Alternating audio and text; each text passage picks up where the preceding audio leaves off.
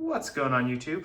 Earth Power here with CVH. How's it going? And we have another profile for you today. You want to tell them what we got?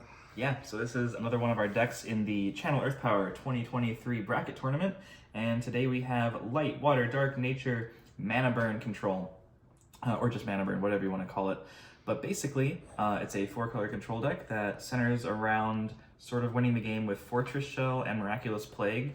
Ideally played before, prior to when they would be on curve, using the mana ramp in the deck, and, meticulously choosing which cards in our opponent's mana to get rid of until hopefully they are down to a low amount, somewhere between 1 and 5.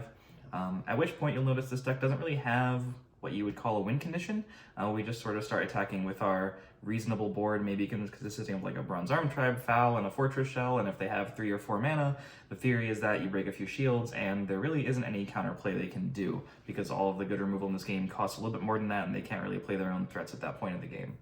This deck was inspired by the IDC community.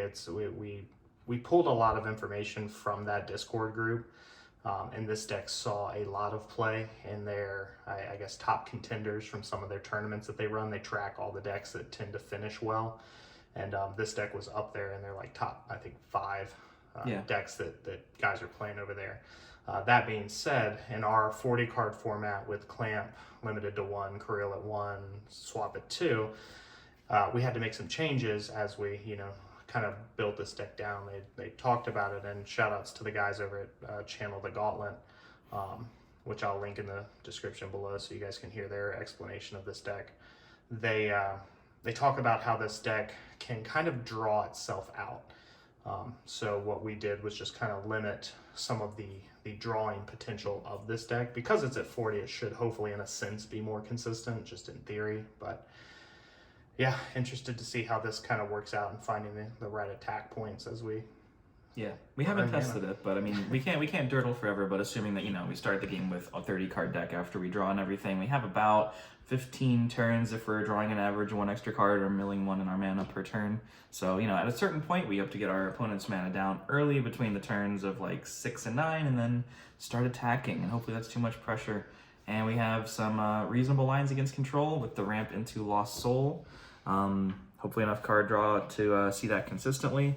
No logic cubes like the Phal deck. Some early game removal, Spiral Gate, Cranium Clamp of course would be nice to have more of. Some early game blockers, and Belix can also get our important removal or Miraculous Plague back from the mana late. 4 Phals to recycle because it seems just that important. And Skysword to ramp and keep us alive. Snare for some more removal. Yeah, pretty much it. This deck on paper should handle control well. So very interested to see how that works out in actual testing. Yep. And then we just have to draw the right cards against aggro. Yeah. Probably the tougher matchups with aggro here. But, ramping into Skysword, you can just hit Skysword on 4, and sometimes that's enough. Yep. So, yeah, hope you guys enjoyed. Leave a comment down below. Let us know what you think of this deck and how it's going to perform in the Duel Masters Earth Power 2023 bracket tournament. That's a mouthful. We'll get used to it. Yep. So check that out, and we'll see you guys next time. Peace.